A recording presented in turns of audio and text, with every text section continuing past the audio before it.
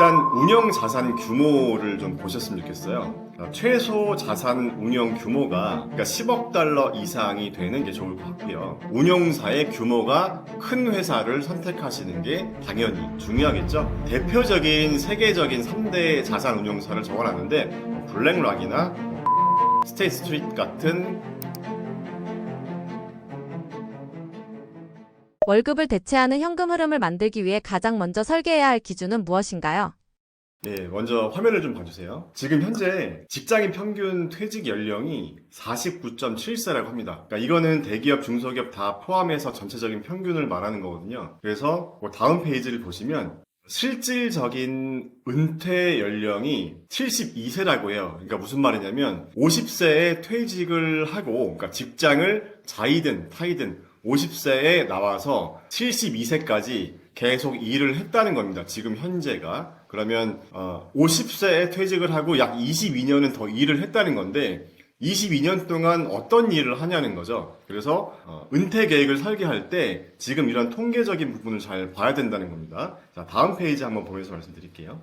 자, 설문조사 결과가 있었는데 직장인들을 대상으로 해서 평균, 그러니까 파이어족이 되는, 그러니까 은퇴 희망 나이가 몇 살이냐 이렇게 물어봤더니 51세라고 합니다. 그러니까 재밌는 거는 바로 앞에 통계에서 자이든 타이든 50세면 회사를 나가야 된다 그랬잖아요. 근데 공교롭게도 51세 정도가 은퇴하고 싶은 시기라고 해요. 나이라고 해요. 그러니까 방금 전에 보여드렸던 페이지에서는 50세에 퇴직을 하고 72세까지 일을 더 해야만 하는데 희망은 51세가 은퇴 희망 시기라는 거죠. 자, 그러면 여기서 이제 22년의 괴리감이 생깁니다. 자, 그러면 이 직장 생활을 하시는 분들한테 도대체 얼마가 있어야 은퇴를 할 수 있겠습니까? 라고 물어봤더니 목표 자산은 평균적으로 13억 7천만 원이었다고 해요. 자, 13억 7천만 원의 근거가 뭐냐면 연 생활비의 25배를 모으면 된다라고 했다고 합니다. 자, 이게 어떤 기준으로 계산이 된 거냐면요. 지금 화면에 우측 하단을 보시면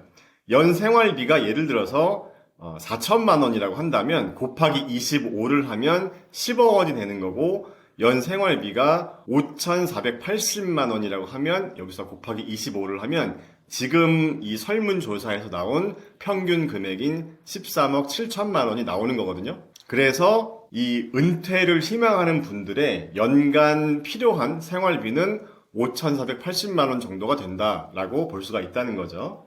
자, 그러면 이 13억 7천만 원을 만들기 위해서는 우리가 구체적으로 어떻게 해야 될까? 그 계획을 세워봐야 될 거 아니에요? 자, 다음 화면을 한번 보시면 자, 은퇴 계획을 한번 이 영상을 보시면서 같이 세워보시면 좋을 것 같아요.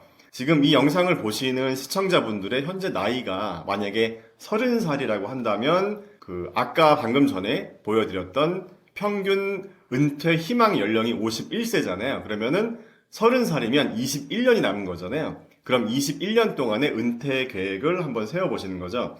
지금 보시는 이 화면은 72의 법칙이라는 거를 설명해주는, 그 개념을 설명해주는 화면인데, 자, 이게 무슨 말이냐면 내 투자금이 2배가 되는데 예상되는 시간을 계산하는 식입니다. 그래서 밑에 왼쪽, 자, 그래서 화면 좌측을 보시면 72 나누기 5년은 14.4라고 되어 있죠. 여기 보시면 이게 무슨 의미냐면 5년 안에 내 자산을 2배를 만들고 싶다라고 희망을 한다면 이 계산식이 75 나누기 5는 14.4라는 의미고, 이 의미는 다시 말하면 연평균 복리 수익률로 14.4%를 달성해야 5년 뒤에 내 투자금의 2배가 된다는 거거든요. 자, 그러면 여러분들이 이제 은퇴 계획을 세우실 때 만약에 지금 30살이고 퇴직까지 21년이 남아있다라고 한다면 내가 어떤 곳에 투자를 하던, 그게 뭐 주식 투자가 됐건 다른 투자가 됐던 자산에 투자를 해서 연평균 복리 수익률 기준으로 몇 퍼센트를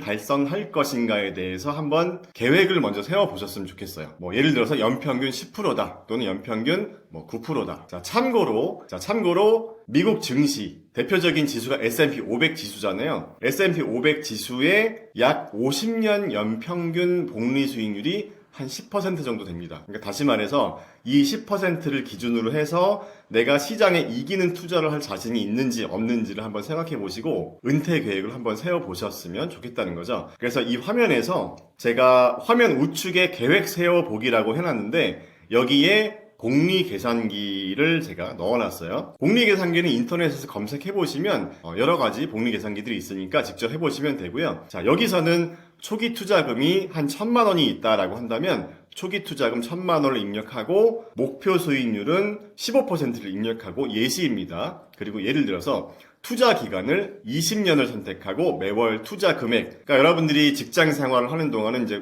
월급을 받으실 테니까 그 월급 중에서 매년 100만 원씩은 투자하겠다라고 한다면 이 화면 하단에 보이시는 부분이 투자 원금과 복리 이자를 포함한 총 투자금이 되는 거거든요. 자, 그러면 밑에를 보시면 자, 회색으로 되어 있는 부분 투자 원금을 보시면 초기 투자금 제가 편의상 이 복리 계산기가 해외에서 만든 거여서 이 달러로 표시되어 있는데 그냥 편의상 환율은 1,000원으로 계산하고 한번 보겠습니다. 자, 초기 투자금이 1,000만 원이었다고 되어 있었죠. 그러면 여기 투자 원금이 10,000달러가 이제 보여지고 그 다음에 투자 원금 20년 동안 매월 100만 원씩 이제 투자한 이 투자 원금은 2억 4천만 원이 됩니다. 자, 그런데 연평균 15%씩 복리 이자가 붙었다라고 하면 총 금액이요 16억 9,440만 원 정도가 됩니다. 그러니까 방금 전에 제가 보여드렸었던 K-파이어족의 은퇴 희망 나이가 51세고 목표 자산, 그러니까 은퇴를 할 수 있는 목표 자산이 13억 7천만 원이었으니까 목표 금액 약 16억 9천만 원 정도면 목표를 달성한 거잖아요. 그러면 이제 이런 기준을 한번 세워 보시라는 거죠. 자, 이 화면에서 보시는 것처럼 총 금액 16억 9천만 원에서 복리 이자가 무려 14억 4천만 원 정도가 됩니다. 그렇기 때문에 여기서 우리가 알아야 될 건 장기 투자가 중요하다는 거고 복리의 마법을 잘 알아야 된다는 거죠. 그래서 이 어떤 큰 플랜을 먼저 세우고 나서 좀 구체적인 투자 전략을 잡아야 될 거라고 생각합니다. ETF를 고를 때 중요하게 봐야 할 요소는 무엇인가요?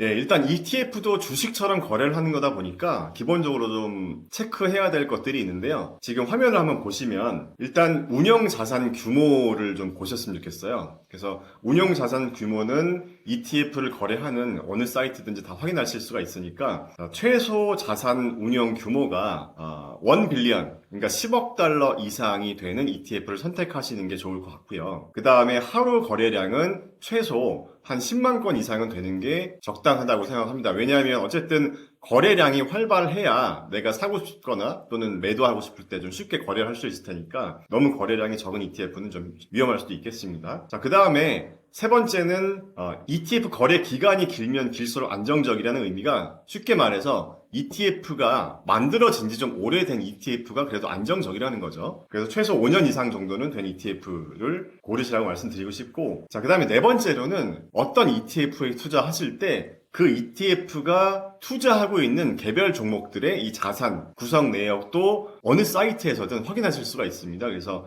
어떤 자산에 투자하고 있는 ETF인지 꼭 한번 확인해 보시기 바라겠고요. 자, 그 다음에 마지막으로는 이 ETF 자체를 운영하는 운용사의 규모가 큰 회사를 선택하시는 게 당연히 중요하겠죠. 그래서 제가 대표적인 세계적인 3대 자산 운용사를 적어놨는데 블랙락이나 벵가드나 스테이트 스트리트 같은 자산 운용사가 세계 3대 자산 운용사입니다. 그 외에 우리나라 ETF 같은 경우도 삼성 자산 운용이나 한국투자증권 등등 메이저 증권사들이 있을 테니까 그런 자산 운용사들을 잘 보고 선택하시는 게 중요할 것 같습니다.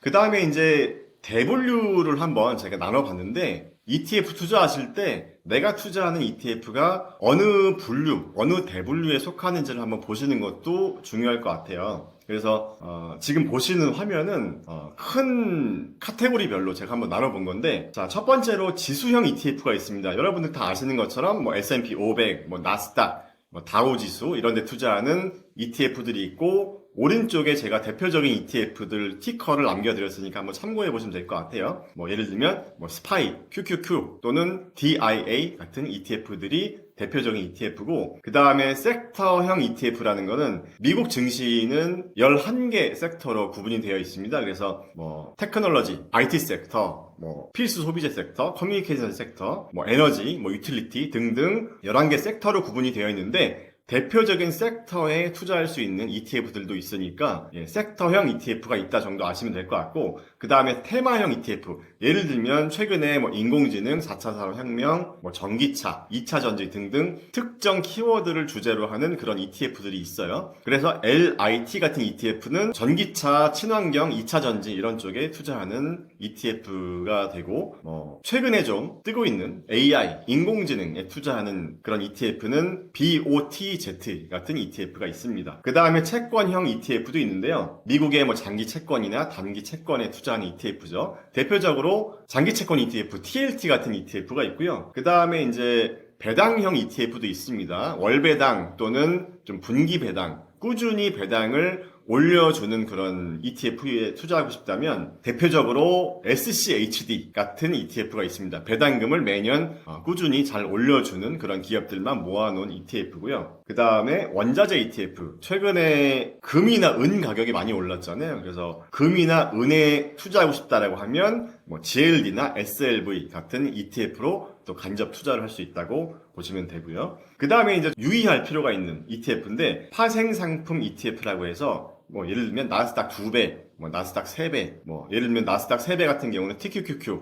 한국 분들이 굉장히 많이 이렇게 투기성으로 많이 하시는 ETF인데 이런 ETF들은 좀 주의할 필요가 있다고 생각합니다. 그래서 ETF 유형별로는 이 정도 한번 알아두시면 큰 무리가 없을 것 같습니다. ETF만으로 은퇴 계획을 세운다면 어떤 방법을 추천하시나요?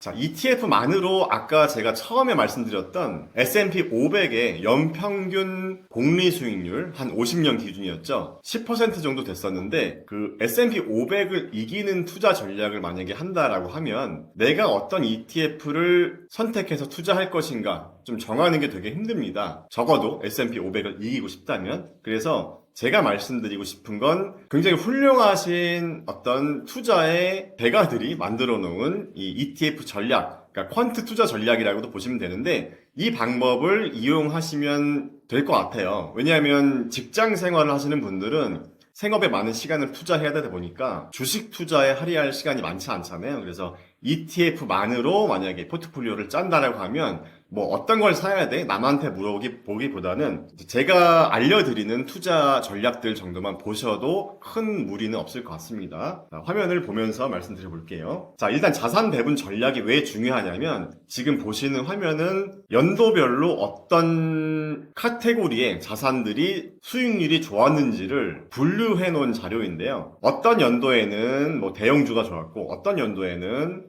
뭐 리츠가 좋았고, 그러니까 다 다릅니다. 어떤 자산이 오르는지. 우리가 만약에 2026년 내년에는 어떤 자산이 좋을까라고 예측을 해도 시장의 예상과 실제로는 좀 다르게 움직이는 경우가 많기 때문에 정해진 투자 루틴을 가지고 하는 게 되게 중요하거든요. 그래서 이런 투자 전략들이 중요한데 뭐 여러 가지 정말 수많은 투자 전략들이 있는데 그 중에 제가 책에서 설명드리는 투자 전략을 한번 제가 보면서 설명드릴게요.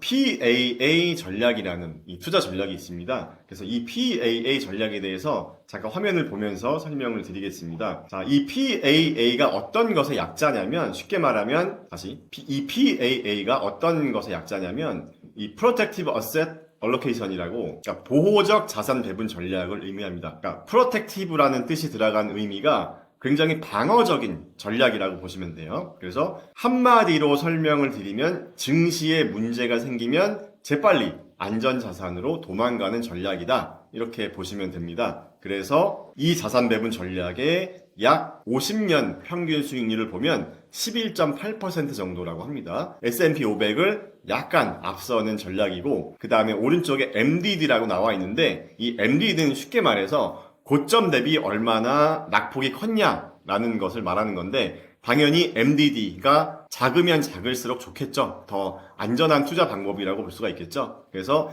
MDD가 마이너스 13.2%로 S&P 500 기준보다 더 MDD가 낮았습니다. 그러니까 안정적인 투자 전략이었다고 보시면 됩니다. 그래서 구체적으로 설명을 좀 드리면 왼쪽에 보이시는 ETF들이 있어요. 예, 왼쪽에 총 12개의 ETF들이 있습니다. 그래서 맨 위에 ETF서부터 쭉 간단하게 한 번씩 말씀드려보면 스파이 ETF가 S&P 500에 투자하는 ETF죠. 그 다음에 QQQ, 이게 나스닥 지수에 투자하는 ETF, 그 다음에 IWM, 이 ETF는 미국 소형주에 투자하는 ETF입니다. 그 다음에 VGQ, 유럽 주식이죠. 그 다음에 EWJ는 일본 주식입니다. 그 다음에 EEM은 개발도상국, 그 다음에 VNQ가 대표적인 리츠 주식입니다. 그 다음에 방금 전에 제가 한번 설명드렸는데 GLD ETF는 금에 투자한 ETF고요. 그리고 DBC ETF는 원자재에 투자한 ETF, HYG는 하이힐드 채권, LQD는 회사채, 마지막으로 TLT는 미국 장기 채권입니다. 그래서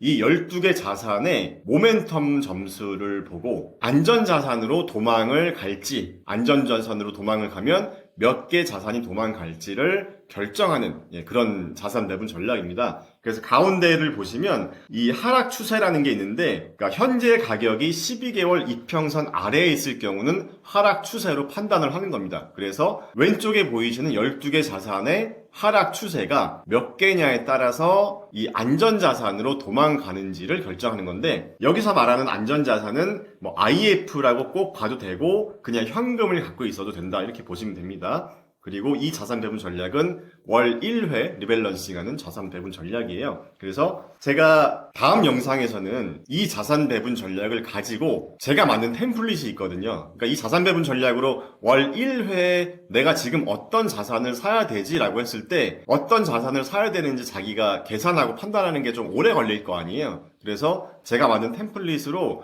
손쉽게 판단해 볼 수가 있거든요. 그래서 그 템플릿 활용법까지 같이 한번 설명해 드리도록 하겠습니다. 자, 여기서 보시면 하락 추세 자산 수가 6개면 안전 자산으로 100% 이동하라고 되어 있습니다. 그래서 하락 추세 자산 수가 예를 들어서 매달 1일을 기준으로 해서 판단해 봤을 때 뭐 3개냐 또는 5개냐에 따라서 어떤 주식을 사야 되는지 그런 전략이 나오고, 제가 이 자산 배분 전략을 제가 만든 템플릿으로 백테스트를 한번 해봤었어요. 예를 들면 2020년 코로나 때 시장 엄청 많이 빠졌었잖아요. 그때 당시에 2020년 3월 달부터 굉장히 크게 한 달 동안 하락폭이 심했는데, 그러면 예를 들어서 2월 달에 내가 어떤 자산을 샀어야 됐는지를 이 자산 배분 전략으로 확인해 보면 그때 내가 자산을 지킬 수 있었는지 아닌지를 확인해 볼 수가 있을 거 아니에요. 자, 그런 어떤 실전 투자 방법까지 제가 같이 설명드리도록 하겠습니다. 자, 그 다음 페이지 보시면 VAA 자산 배분 전략이라고 있는데, 자, 이 자산 배분 전략도 제가 만든 템플릿이 있습니다. 그래서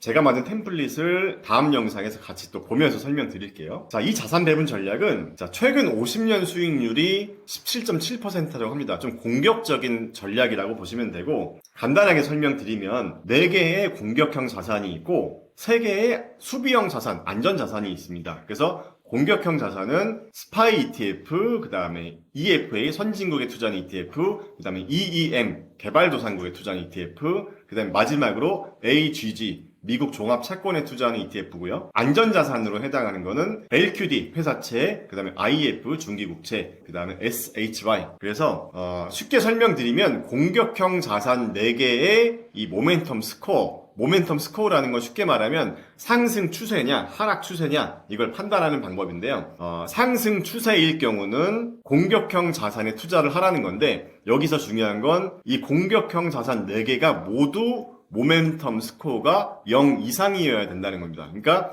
공격형 자산 4개가 모두 상승 추세여야 공격형 자산에 투자를 하는 거고, 이 중에 하나라도 마이너스가 있다라고 하면 재빨리 방어형 자산으로 도망가는 그런 개념입니다. 그래서 이 자산 배분 전략이 방금 전에 설명드렸던 PAA 전략보다는 더 약 50년 수익률이 좀 더 높았다는 거예요. 자, 그래서 저는 이런 자산 배분 전략을 어떻게 활용하냐면 매월 1일에 제가 만든 템플릿에 날짜를 딱 입력하면요, 지금 현재 시점이 어떤 자산을 사야 되는지 템플릿이 알려주거든요. 그러면 지금 내가 주식 투자를 할 때 조금 더 공격적으로 해도 되는지 또는 조금 방어적으로 해야 되는지 그런 것들을 좀 참고하는 편입니다. 그래서 이 투자 전략으로 직접 하셔도 되고 이렇게 안 하더라도 현재 매크로 상황을 좀 가늠해 볼 수 있는 그런 기준점이 될 수도 있거든요. 왜냐하면 하루하루 어떤 증시가 바뀔 때마다 시장에 굉장히 많은 뉴스들이 쏟아집니다. 거기에는 노이즈도 굉장히 많고 뉴스들만 보고 따라하다가는 어느 순간 제 계좌가 또 마이너스가 돼 있기도 하기 때문에 이렇게 좀 오랜 기간 검증된 투자 전략을 이용하시는 게 좋다는 거죠. 예, 그래서 제가 이 출간한 이 책에서는 이 자산 배분 전략을 가지고 구체적으로 어떻게 주식 투자 전략을 세울 수 있을지까지 설명을 해드리고 있습니다. 자, 그럼 세 번째로 LAA라는 전략도 있는데요. 이 전략은 뭐 좀 유명한 전략이긴 합니다. 연금 포트폴리오 전략이라고 하는데 50년 수익률이 10.8%, MDD가 12.7%. 자, 이 수치는 어느 시점을 기준으로 하냐에 따라서 조금씩 다를 수 있습니다. 그래서 간단하게 설명드리면 주식, 채권, 금, 현금 이 4개 자산에 대한 비중을 기본적으로는 25%씩 똑같이 가져가는데 경기가 안 좋을 때는 현금 또는 단기 국채 비중을 높이고 경기가 좋을 때는 현금을 나스닥에 투자하라라는 전략입니다. 자, 그러면 경기가 안 좋다는 기준은 어떻게 잡아야 되냐라고 봤을 때 미국 S&P 500 지수가 200일 이평선보다 낮고 그 다음에 두 번째로는 실업률이 최근 12개월 평균보다 위라고 한다면 경제가 안 좋다고 가정을 하라는 겁니다. 이 자산 배분 전략에서는. 그래서 이 자산 배분 전략도 마찬가지로 월 1회 리밸런싱을 하는데 약간의 좀 다른 점이 있다면 고정 자산은 연 1회, 리밸런싱 자산, 그러니까 타이밍 자산은 월 1회라는 겁니다. 그래서 이렇게 보시면 될 것 같아요. 2026년에는 어떤 종목을 눈여겨보고 계신가요? 자, 우리가 내년에 어떤 종목이 유망할까, 내후년에는 또 어떤 종목이 유망할까를 너무 이렇게 단기로 생각하기 전에 우리 어떤 큰 흐름을 좀 알았으면 좋겠거든요. 그래서 제가 화면을 잠깐 보면서 설명을 드려보겠습니다. 자, 제가 지금 화면으로 보여드리는 이 장면은 제가 챗GPT를 활용해서 실제로 실상을 해서 문제를 해결했던 그런 장면이거든요. 그래서 잠깐 보면서 설명드릴게요. 여기 이거 보여? 네, 문에 달려있는 도어 클로저가 보이네요. 혹시 조절하거나 뭔가 문제를 해결하려고 하시나요? 자, 지금 이게 어떤 상황이냐면 이거는 저희 집 현관문이에요. 근데 도어 클로저라는 게 문이 꽝 안 닫히게 하는 그런 장치잖아요. 근데 문이 계속 꽝꽝 닫히는 그런 문제가 있어서 제가 이게 도어 클로저를 어떻게 고쳐야 되는지 아예 지식이 없었습니다. 그래서 챗GPT한테 동영상을 켜고 이제 문제 해결을 한번 해보려고 시도를 한 건데 저도 사실 이걸 해보면서 이게 진짜 될까라는 생각을 했었어요. 근데 한번 보면서 설명드릴게요. 일단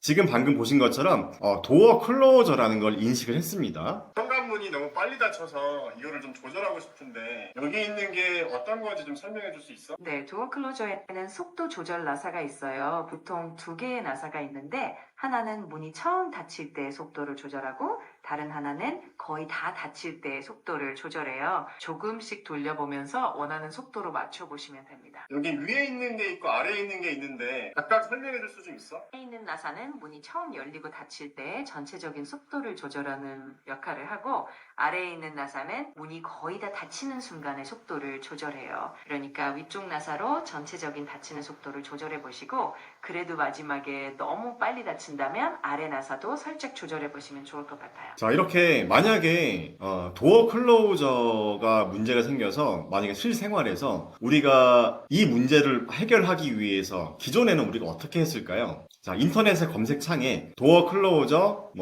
문제 해결법, 빨리 닫힐 이런 식으로 검색을 해볼 거 아니에요. 그러면 많은 또 블로그 글이나 여러 가지 유튜브 영상이나 도어 클로저를 해결하는 그런 영상들을 보면서 어떻게 해야지 되는지를 정보를 습득하는 데만 최소 10분 이상은 걸릴 거라고 생각이 들거든요. 근데 지금 보시는 화면은 이 챗GPT가 보면서 그러니까 인간의 눈처럼 보는 거죠. 눈으로 보고 도어 클로저를 인식을 하고 위에 있는 나사와 아래에 있는 나사를 이제 구분해서 할 수 있게 바로 설명을 해주는 거예요. 그러니까 굉장히 빠르게 문제 해결을 할 수가 있었다는 거죠. 자, 다음 사례도 한번 보시겠습니다. 필요하면 변기 수조를 열어두고 하면 전문가 상담도 고려해보세요. 자, 여기서부터예요. 혹시 변기 수조를 열어두신 것 같은데 지금 변기 문제를 고치고 계신가요? 자, 지금 보시는 것도 어떤 문제냐면 저희 집 화장실에 물이 좀 그러니까 화장실 변기가 물이 좀 막혀서 잘 안 내려가는 문제가 있었습니다. 그래서 제가 그 뚫어뻥이라고 하네. 그걸로 이렇게 왔다 갔다도 해보고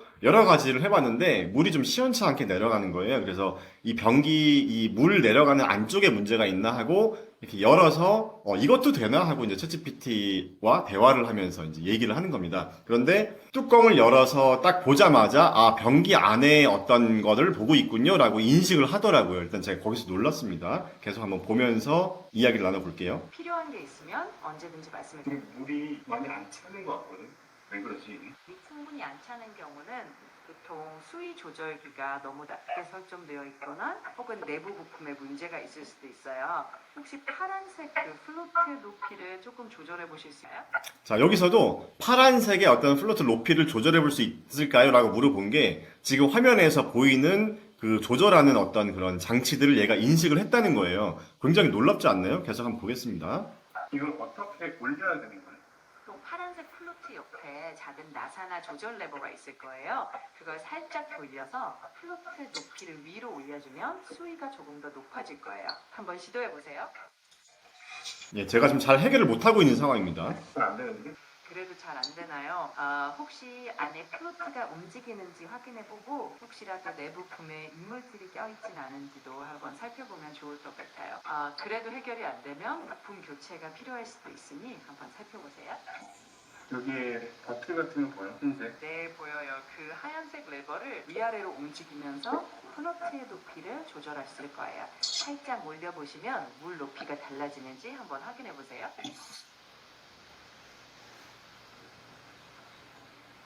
아, 이거 위로 올리니까 뭐가 되네. 됐다. 자, 이렇게 챗GPT와 대화를 하면서 시키는 대로 해결을 한 겁니다. 그러니까 이것도 만약에 인터넷을 검색한다고 하면 굉장히 어려움을 겪었을 거예요. 아마도 제가 혼자 해결을 못했을 거라고 생각이 드는데 왜냐하면 이 변기 안에 물을 조절하는 그런 레버나 이런 게 브랜드마다 제품마다 되게 상이하게 다르잖아요. 근데 그거를 우리 집에 설치된 제품이 어떤 제품인지를 모르는 상태에서 뭘 어떻게 검색해야 될지 모르기 때문에 이렇게 직접 보면서 이 레버가 어떤 건지까지 구분을 해주는 걸 보고 저는 굉장히 놀랐거든요. 이제 어떤 생각을 했냐면 정말 한 2년 전만 해도 챗GPT가 처음 나왔을 때는 이렇게 AI와 대화를 하는 것 자체만으로도 굉장히 시장이 많이 놀랐습니다. 사람들이 와 이런 게 된다고? 라고 생각을 했었고 더 나아가서 AI가 막 글도 써주고 뭐 프로그래밍, 코딩도 해주고 막 그런 것들을 봤을 때 진짜 우리가 일하고 있는 어떤 그런 직업들이 조만간 없어질 수도 있겠다라는 생각을 했어요. 근데 그게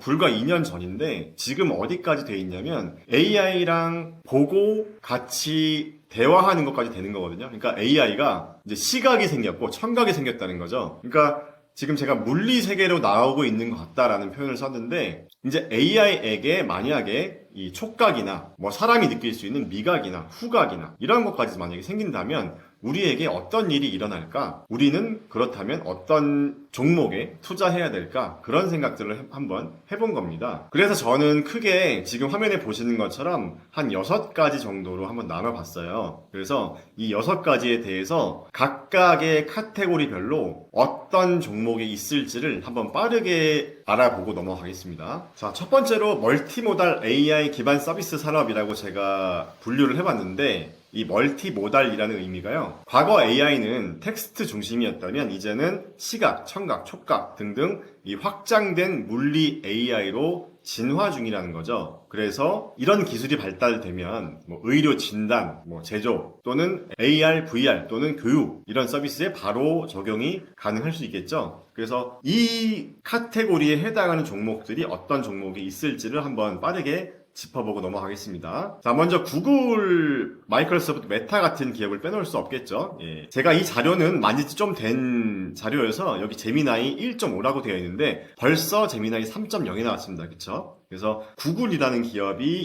이런 멀티모달 AI의 또 주도 기업이 될 수 있는 기술력을 갖고 있는 회사라고 볼 수가 있고, 마이크로소프트 오픈 AI의 최대 주주잖아요. 그 다음에 이 멀티모달 AI를 주제로 해서 수혜가 될 만한 그런 또 산업을 생각해 본다면 뭐 AI 튜터, AI 기반 언어 교육 확장 이런 관련된 종목들이 있는데 티커가 CHGG, DUOL 같은 기업을 한번 볼 수가 있을 것 같고요. 관련된 ETF로는 AIQ, 그 다음에 CHAT 이런 ETF가 있습니다. 그러니까 생성형 AI에 특화된 그런 ETF가 또 새로 나왔죠. 자, 그 다음에 AI 로보틱스 헬스케어 융합 분야로 우리가 좀 더 확장해 보면 덱스콤이라는 회사, DXCM이라는 회사는 연속 혈당 측정기를 만드는, 개발하는 선도 기업이 있고요. 자, 그 외에 ISRG라는 티커, 인투이티브 서지컬 아시는 분들은 다 아실 텐데 로봇 수술 세계 1등 기업이죠. 그래서 미국 기업이고 이런 기업들도 우리가 눈여겨봐야 될 것 같고, 그 다음에 매드트로닉, 티커가 MDT라는 회사도 차세대 수술 로봇 플랫폼을 개발하는 회사라고 합니다. 자, 그 다음에 AI 로보틱스 자동화 산업이라는 키워드를 우리가 한번 생각해 본다면 뭐 대표적인 우리가 빼놓을 수 없는 회사는 테슬라 같은 기업이 있겠죠.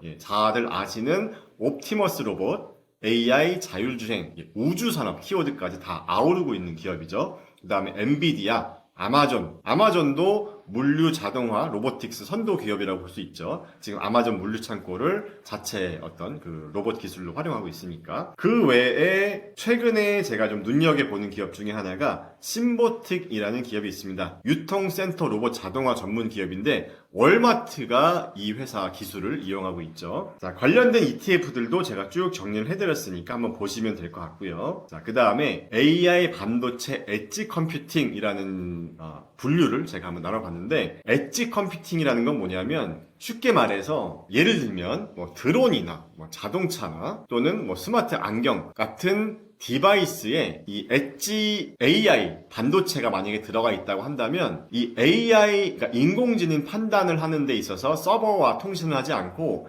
AI 반도체 칩이 바로 판단을 해서 결정할 수 있는 그런 기술입니다. 그러니까 엣지 컴퓨팅이라는 게 단말기에서 바로 처리를 한다라는 그런 기술이고, 가장 뭐 대표적인 기업이라고 하면 엔비디아 당연히 포함되어 있고, 최근에는 브로드컴 같은 회사가 이런 엣지 디바이스 관련된 기업으로 또 주목을 받고 있죠. 그리고 전 세계 1등 반도체 파운드리 기업, 반도체를 만들어주는 기업이죠. TSMC 같은 기업도 빼놓을 수가 없겠습니다. 관련된 ETF도 제가 이렇게 정리해드렸으니까 한번 참고해 보시고, 자, 그 다음에는 뭐 스마트 디바이스, 차세대 사용자 인터페이스를 주제로 뭐 구글, 애플, 메타는 최근에 스마트 글라스 출시했잖아요. 그러니까 앞으로는 스마트폰이 필요 없는 시대가 될 수도 있다라고 얘기를 하고 있어요. 그래서 관련된 기업이나 관련된 기술들 제가 한번 쭉 정리를 해드렸고, AI 기반 광고 검색 생태계 재편, 그러니까 지금까지는 구글을 예를 들면 구글 검색창에서 검색을 하고 구글 입장에서는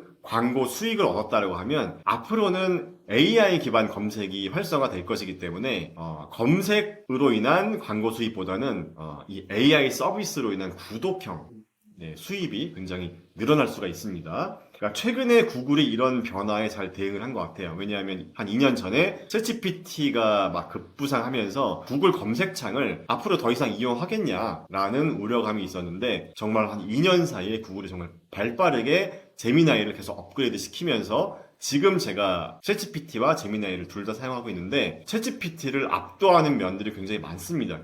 구글이. 그래서 제가 최근에 구글의 저력이 정말 대단하다라는 걸 다시 한번 느꼈고요. 그래서 관련된 종목들 한번 쭉 보시면 될 것 같습니다. 구글, 마이크로소프트, 아마존, 핀터레스트 같은 종목도 이쪽에 해당하는 종목으로 제가 넣어놨고, 레딧 같은 종목도 AI 학습 데이터, 그러니까 레딧에서 이루어지고 있는 수많은 커뮤니티의 데이터를 AI가 학습하는 용도로 또 사용할 수 있다고 해서 레딧 같은 기업도 한번 보시면 좋을 것 같습니다. 그 다음에 최근에 젠슨 황이 양자 컴퓨터가 수년 내에 상용화가 될 것이다 라는 발언을 하면서 2025년에 특히 양자 컴퓨터 관련 종목들이 들썩였는데, 자, 이런 종목들도 한번 보시면 될 것 같아요. 대표적으로 뭐 퀀텀 컴퓨팅, 아이온큐, 뭐 레게트 컴퓨팅 같은 기업들이 있는데, 여기서 주의하실 점은 아직까지 의미 있는 매출이 나오고 있진 않은데 기대감만으로 주가가 막 오르락내리락 하고 있습니다. 이런 것들은 좀 투자에 주의하셔야겠죠. 좋은 기업과 지금 투자 가능한 기업을 가르는 기준은 어디에 있다고 보시나요? 자, 지금까지 제가 앞으로 한 최소 3년 동안 이 AI를 주제로 우리 생활이 어떻게 바뀔 수 있을지를 실생활에 제가 AI를 활용하는 사례로 한번 설명을 드렸었는데, 그리고 관련된 기업들도 한번 쭉 리뷰해드렸잖아요. 그러면 지금부터는 좋은 기업이라고 해서 우리가 투자했을 때 무조건 돈을 벌 수 있냐? 이건 또 다른 문제거든요. 왜냐하면 워렌 버핏이 이런 얘기를 했죠. 좋은 기업의 주식을 좋은 가격에 사는 게 중요하다라는 말을 워렌 버핏이 했는데, 그만큼 유망한 기업이라도 적정 가격에 사는 게 중요하겠죠. 2025년 3분기에 워렌 버핏의 버크셔 해서웨이라는 그 투자 회사죠. 자, 이 회사가 구글을 새로 담았잖아요. 자, 그런데 테슬라는 왜 안 담았을까요? 우리 서학개미들은 테슬라에 굉장히 열광을 하는데 워렌 버핏은 테슬라를 안 담았다는 거죠. 그러면 테슬라가 유망하지 않기 때문에 안 담았을까요? 분명히 깊은 뜻이 있겠죠. 자, 그래서 지금 이 화면을 보시면 제가 한 페이지로 좀 요약을 했는데, 우리가 어떤 기업에 투자를 하고 싶은데 그 기업의 어떤 주가가 적정한지 아닌지, 내가 좋은 가격에 투자하는 건지 아닌지를 판단하는 데 있어서 중요한 변수만 딱 정리를 해놨습니다. 지금 화면을 보시면, 자, 이 화면에서 왼쪽의 화면과 오른쪽의 화면이 있는데, 왼쪽의 화면은 기업의 적정 가치를 주제로 해서 기업의 적정 가치에 영향을 주는 여러 가지 요소들, 변수들을 정리해놨습니다. 보시면 매출, 이익, 기술력, 자산, 임원진의 역량, 이런 것들이 회사의 적정 가치를 결정하는 요소들이 될 수가 있고요. 그 다음에 그 외에 어떤 기업의 적정 가치와는 상관없지만 주가를 막 움직이게 하는 요소들로 시장의 심리 변화가 있을 텐데, 그러면 어떤 것들이 시장의 심리의 변화를 바꿀 수 있는가를 이제 크게 한번 생각해 본다면, 간단하게 보면 기대감과 실망감입니다. 그렇죠? 기대감이 높으면 주가가 급등하고 실망감이 높으면 주가가 급락하기도 하죠. 그러면 이런 기대감과 실망감 때문에 기대감이 높을 때는 주가가 과열되고 실망감이 높을 때는 주가가 급락하면서 저평가되어 있는지, 또 이런 걸 우리가 생각해 봐야 되는데, 그래서 제가 간단하게 그래프로 표기를 해봤어요. 기업의 내재 가치는 빨간색 그래프로 그렇게 위아래 등락폭이 크지 않지만 시장의 심리 변화로 따른 주가 변동폭은 기업의 가치를 중심으로 해서 왔다 갔다 합니다. 그렇죠? 그런데 우리가 주식 투자를 할 때 시장의 심리 변화에 너무 많이 집중을 하는 것 같아요. 그러니까 내재 가치를 잘 못 보고 시장의 심리에만 자꾸 휘둘려서 손해를 보는 경우가 많습니다. 자, 그래서 저는 제가 주식 초보분들이 이런 시장의 노이즈에 흔들리지 않도록 두 개의 템플릿을 만들었는데, 그 중에 하나가 적정 주가 템플릿이고 두 번째가 성장률 추적기라는 템플릿입니다. 자, 그래서 성장률 추적기라는 이 템플릿에 대해서 제가 짧게 한번 설명을 해드려보고 실전 투자에 어떻게 활용을 했는지까지 설명을 빠르게 드려보겠습니다. 여러분들이 아시는지 모르겠지만 2024년과 2025년 사이에 주가가 10배 상승한 엠로빈이라는 기업이 있어요. 그래서 제가 이 엠로빈이라는 기업은 2023년 11월에 제가 운영하는 스터디 클럽에서 종목 분석 요청이 있어서 이 종목을 분석해보고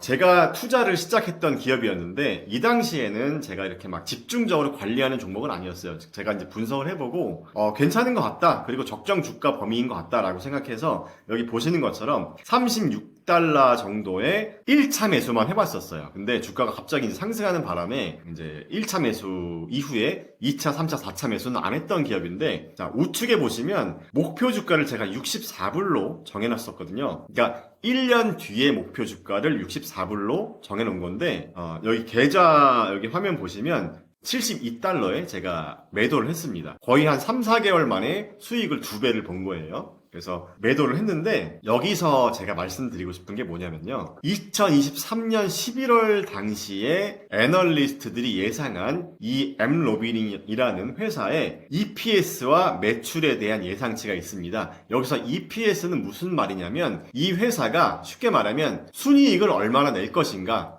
주식 한 주당 순이익이 얼마나 날 것인가에 대한 예상치입니다. 그러니까 EPS는 높으면 높을수록 좋겠죠. 자, 그런데 다음 페이지를 보시면요. 자, 여기 왼쪽에 보시면 2023년 11월 당시에 이 애널리스트 컨센서스가 있었고요. 그 다음에 우측에 보시면 2025년 2월 24일 당시의 애널리스트 컨센서스인데 여기에서 2025년 예상 EPS의 변화를 보시면 2023년 11월에는 이 엠로빈이라는 회사가 EPS 1.92달러를 예상을 했어요. 그런데 2025년 2월 24일 기준으로는 이 엠로빈이라는 회사의 EPS 추정치가 6.56달러로 크게 상승해 있더라고요. 그러니까 저는 이미 매도를 한 이후에 이 애널리스트 컨센서스가 이렇게 크게 상향된 거를 뒤늦게 안 거예요. 자, 주가를 한번 보겠습니다. 제가 처음에 매수할 때 주가가 얼마라고 했죠? 36달러. 그런데 이 다음 페이지에 2025년 2월 기준으로 보시면 주가가 415달러입니다. 10배 넘게 상승했죠. 그러니까 이 애널리스트 컨센서스를 최소 일주일에 한 번만 체크했어도 계속 상승하는 이 패턴을 놓치지 않았을 거라는 거죠. 그래서 이 애널리스트 컨센서스를 주기적으로 체크하는 게 중요하다는 겁니다. 첫 번째로. 그래서 제가 만든 템플릿을 바로 이 성장률 추적기라는 템플릿을 만든 건데, 자, 이 템플릿은 제가 쓴 책에서 직접 다운받으실 수 있게 해드리고 있습니다. 그래서 활용 방법에 대해서 잠깐 설명을 드리면,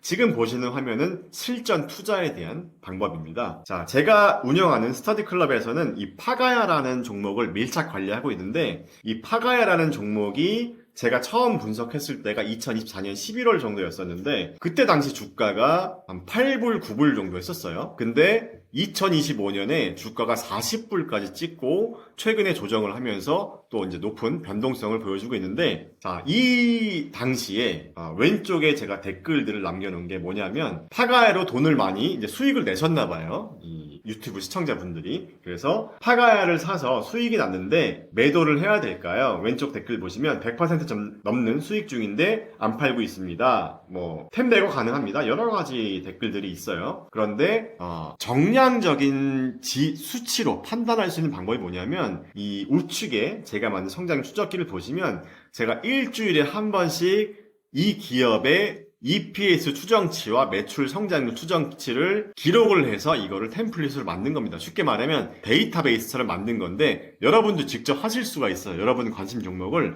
이런 방법으로 관리를 하실 수가 있습니다. 여기를 보시면 파가야의 최근 12주 동안의 EPS와 매출 성장률의 추정치가 계속 상향되고 있습니다. 그렇죠? 지금은 더 많이 상향됐어요. 제가 이 자료를 만들었을 당시만 해도 2025년 6월 27일까지였었죠. 자, 제가 지금 직접 관리하는 템플릿 기준으로 파가야의 흐름을 한번 보여드릴게요. 제가 이렇게 티커를 파가야 PGY 티커로 이렇게 바꾸면 자, 이런 식으로 성장률 추정치가 최근 기준으로 나오고 있습니다. 자, 지금 현재로 보시면 EPS 성장률이 전년 대비 272%, 매출 성장률이 27.4%. 제가 6개월 전에 봤을 때랑 비교를 해보면 지금 더 많이 상향됐잖아요. 그런데 주가는 이때보다 더 좀 조정이 또 만약에 있었다라고 하면 내가 지금 이 주식을 팔아야 할지 더 사야 될지 판단 기준이 생길 수가 있겠죠. 이것만 봐도. 자, 그래서 애널리스트 컨센서스를 주기적으로 체크해서 기록하는 게 중요하다는 건데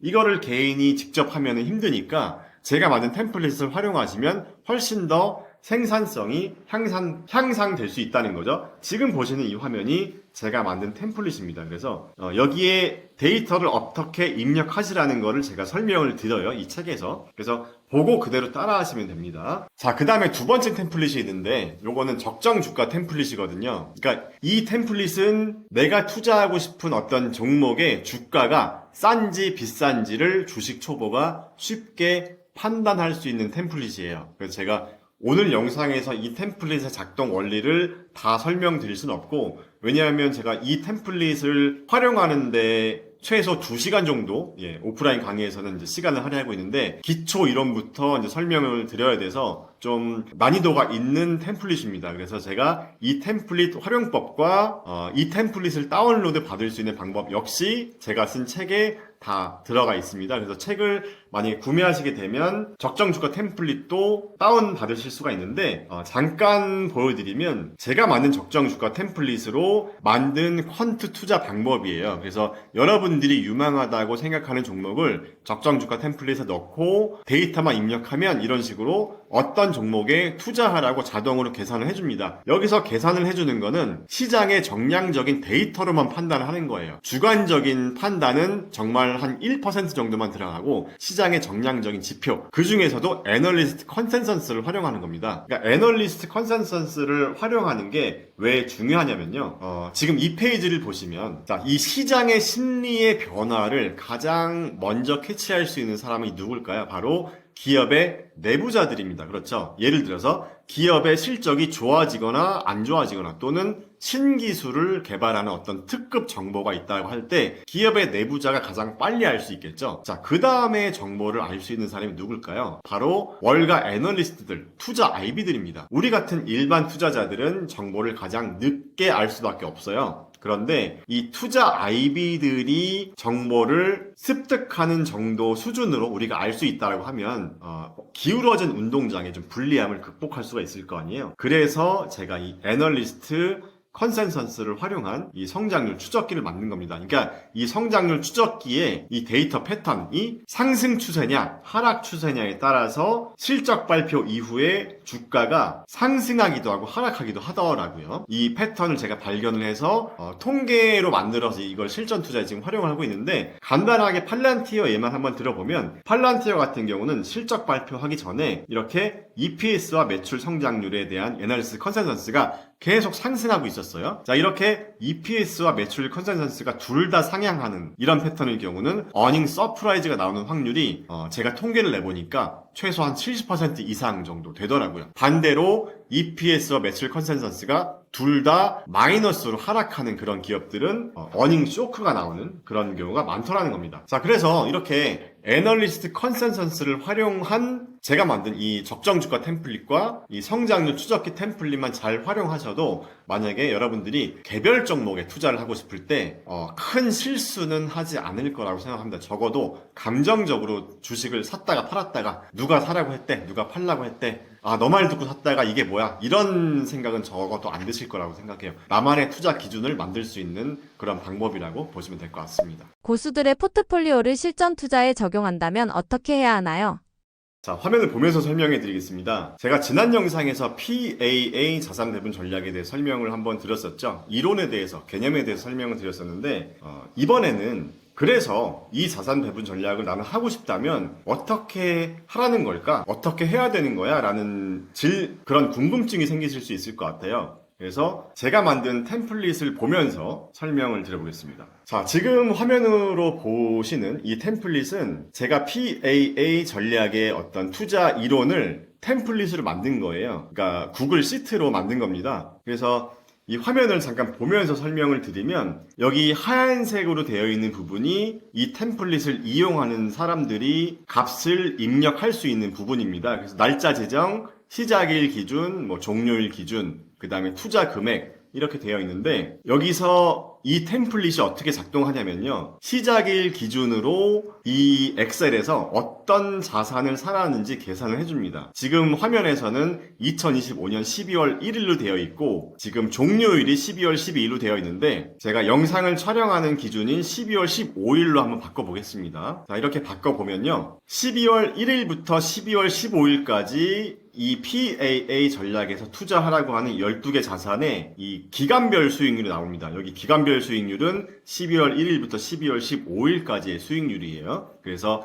S&P 500의 수익률은 0.07이 나오죠. 그런데 나스닥은 마이너스 1.07입니다. 그러니까 12월 달에는 기술주가 좀 조정을 받고 있어요. 자, 그런데 이 자산 배분 전략에서는 12월 1일 기준으로는 이쪽에 하락 추세 자산 수가 0으로 나와 있습니다. 이 의미는 안전 자산에 투자할 필요가 없고 모멘텀 점수가 좋은, 그러니까 상승 추세에 있는 이 6개의 자산에 동일한 금액을 투자하라는 의미인데요. 그래서 이 자산 배분 전략에서는 12월 1일 기준으로 S&P 500에 투자하고 나스닥에 투자하고 미국 소형주 그 다음에 일본 주식, 개발도상국, 그 다음에 금 이렇게 6개 자산에 투자하라고 되어 있어요. 자, 그래서 12월 1일부터 12월 15일까지 현재까지의 수익률이 어떤지를 보면 자, 이 자산 배분 전략의 수익률은 플러스 0.93%입니다. 밑에 투자 금액은 무슨 의미냐면 제가 여기 투자 금액을 임의로 3만 불을 입력해 놨는데 3만 불이라는 투자 금액이 현 시점에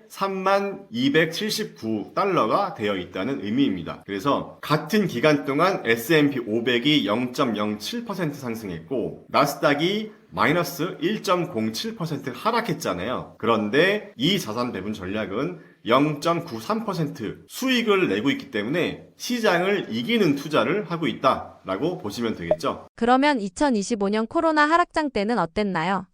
제가 만든 템플릿의 장점은 뭐냐면 시간을 과거로 돌려서 백테스트를 해볼 수 있다는 거네요. 자, 2020년 코로나 때 특히 여러분들 기억하실지 모르겠지만 3월 달에 시장의 하락이 굉장히 컸습니다. 그러면 2025년 2월 달에 이 자산 배분 전략이 어떤 자산을 투자하라고 했었는지를 보면 알 수가 있겠죠. 그러니까 이 자산 배분 전략이 매월 1일에 리밸런싱을 한다라고 하면 2020년 2월 1일 기준과 2020년 3월 1일 기준으로 한번 날짜를 바꿔보고 어떤 자산을 사라고 했는지를 보고 시장의 수익률보다 잘 방어가 됐는지를 한번 보겠습니다. 자, 여기 날짜 지정 시작일 부분을 2025년으로 바꾸면 되거든요. 그래서 얘를 2020년으로 바꾸고 자, 이렇게 캘린더에서 2020년 2월 1일로 바꿨는데 여기서 이제 하나 팁을 말씀드리면 2020년 2월 1일은 토요일이었습니다. 그래서 장이 개장하는 가장 첫 번째 날로 하면 되니까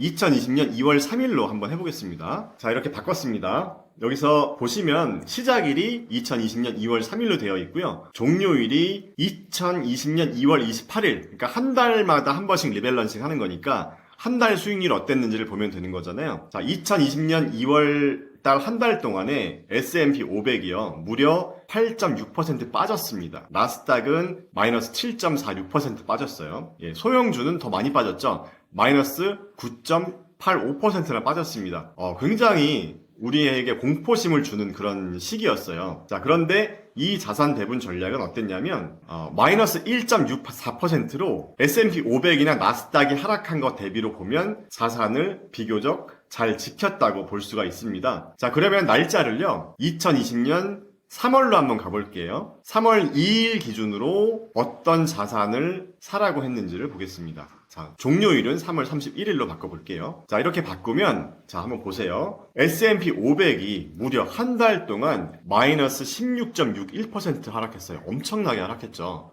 자, 이때 주식 투자를 하셨던 분들은 이때 공포감이 아마 기억나실지 모르겠네요. 자, 나스닥은 마이너스 12%. 자, 미국 소형주가 무려 마이너스 24%나 빠졌어요. 정말 엄청난 공포의 장이었는데 자, 그런데 이 자산 배분 전략은 3월 2일 기준으로 하락 추세 자산수가 6개였기 때문에 모두 100% 안전 자산을 사라라고 되어 있었습니다. 그래서 결과적으로 이 시기에 이 자산 배분 전략의 수익률은 플러스 3.79%였어요. 자, 이렇게 시장이 크게 하락할 때 방어가 잘 되는 전략이라는 것을 확인해 볼 수가 있죠. 자, 여러분이 제 템플릿을 만약에 활용해 보신다면 여러분이 기억나는 또 하락장이 있을 거예요. 가장 최근 하락장이라고 한다면 2022년 1월부터 이제 하락장이 시작했는데 그러면 2021년 12월 1일로 한번 날짜를 바꿔보시면 또 자산 이 방어가 얼마나 잘 됐는지를 확인해 보실 수가 있습니다. 그러니까 제가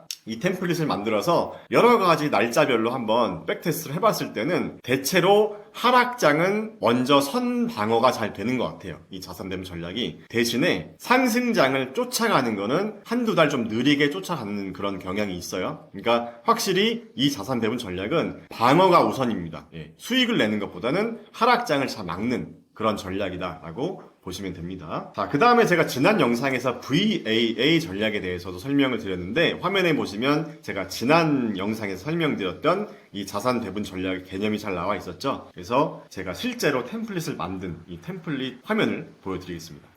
자, 마찬가지로 여기도 시작일과 종료일이 되어 있어요. 그래서 시작일 기준으로 어떤 자산을 사라고 하는지를 가리키고 있는 거고요. 자, 이 자산 배분 전략은 여기 보시면 12월 1일 기준으로는 어디로 가야 하나라는 부분에 공격이라고 되어 있습니다. 자, 공격이라고 되어 있는 이유가 여기 보시면 공격형 자산의 모멘텀 점수가 마이너스인 게 하나도 없어요. 그렇기 때문에 공격형 자산에 투자해도 된다는 겁니다. 그런데 이 자산 배분 전략에서 이 공격형 자산 4개 중에서 어떤 자산에 투자하면 가장 좋으냐라고 했을 때 모멘텀 점수가 가장 좋은 여기 EEM, 그러니까 개발도상국에 투자하는 ETF죠. 여기 투자해라 라는 겁니다. 그러니까 이 자산 배분 전략의 가장 핵심은 모멘텀 점수가 가장 높은 자산 하나에만 투자하라는 거예요. 여기서 말하는 모멘텀 점수는 최근 1개월, 3개월, 6개월, 12개월 동안의 이 수익률을 가중치를 둬서 계산하는 방식인데 쉽게 말하면 지금으로부터 가장 최근에 상승했던 경우에 좀 더 점수를 좋게 부여하는 겁니다. 그래서 종합 점수를 이렇게 1개월, 3개월, 6개월, 12개월로 점수를 부여하는 건데 그랬을 때 현재 EEM의 수익률은 마이너스 0.37%이기 때문에 아직까지는 시장의 수익률과 좀 비슷한 그런 경향을 보이고 있어요. 그래서 여러분이 만약에 투자를 하실 때 전체 투자 금액에서 뭐 일정 부분 50%는 뭐 PAA 전략으로 하겠다 또는 나머지 자산은 좀 더 공격적으로 하겠다라고 이렇게 자산 배분 전략을 한번 세워보실 수도 있는데 제가 하나만 더 보여드리겠습니다. 전력 인프라처럼 구조적인 테마는 포트폴리오에서 어떤 역할로 배치하는 게 적절하다고 보시나요? 네, 이것도 굉장히 중요한 질문인데 최근 한 2년 사이에 AI 인프라 주도주들이 굉장히 크게 상승했잖아요. 그래서 우리가 2026년의 어떤 투자 전망을 또 생각해 본다라고 하면 2026년 초반에는 어느 정도 순환매 장세가 될 것이다 라는 전망이 있는데 마찬가지로 시장의 전망은 계속 바뀔 수가 있거든요. 그래서 제가 만든 템플릿 중에서 4차 산업혁명 ETF 모멘텀 투자 전략이라는 템플릿이 있습니다. 자, 그래서 이 템플릿을 보면서 한번 설명드려 볼게요. 지금 화면에 보이시는 요 ETF들 종류를 한번 쭉 보면요. 자, LIT, 전기차 배터리, 2차 전지 이런 쪽에 투자하는 ETF가 있고요. 그 다음에 SOXX, 반도체에 투자하는 ETF죠. 그 다음에 TAN, 탄 ETF라고 하는데 태양광, 신재생 에너지에 투자하는 ETF입니다. 그 다음에 DRI 브라니 ETF는 자율주행에 투자하는 ETF고요. 그 다음에 QTUM 양자 컴퓨터, 그 다음에 QQQ는 제가 일부러 넣어놨는데 시장의 수익률과 같이 한번 비교해 보시라고 넣어놨습니다. 그 다음에 ROBO, 로봇 산업에 투자하는 ETF, 그 다음에 스파이, S&P 500도 시장의 기준점이 될 수 있기 때문에 같이 비교해 보시라고 넣어드렸고, 그 다음에 5G라는 키워드도 있습니다. 4차 산업혁명 키워드 중에. 그래서 NXTG라는 ETF가 5G에 투자하는 ETF고요. 그 다음에 내년에 좀 유망하다고 보는 전력 인프라에 투자하는 ETF는 GRID, 그리드라는 ETF입니다. 그래서 전력망, 전력 인프라에 투자하는 ETF고요. 그 외에 핀테크에 투자하는 ARKF, 우주 산업에 투자하는 UFO, 그다음에 인공지능에 투자하는 BOTZ, 그다음에 클라우드에 투자하는 SKYY, 그다음에 3D 프린터도 앞으로 유망하다고 하는데 티커가 PRNT 대표 ETF입니다. 그다음에 IoT에 투자하는 ETF SNSR 이렇게 있는데요. 자, 이 ETF들도 여기 보시면 순위가 있어요. 이 순위는 제가 방금 전에 보여드렸던 이 VAA 전략에서 계산하는 이 모멘텀 점수를 그대로 갖고 왔습니다. 그래서 상승 추세의 자산에 투자를 하되 월 1회 리밸런싱 하는 개념으로 같이 자산 배분을 해보시면 좋을 것 같아요. 그러니까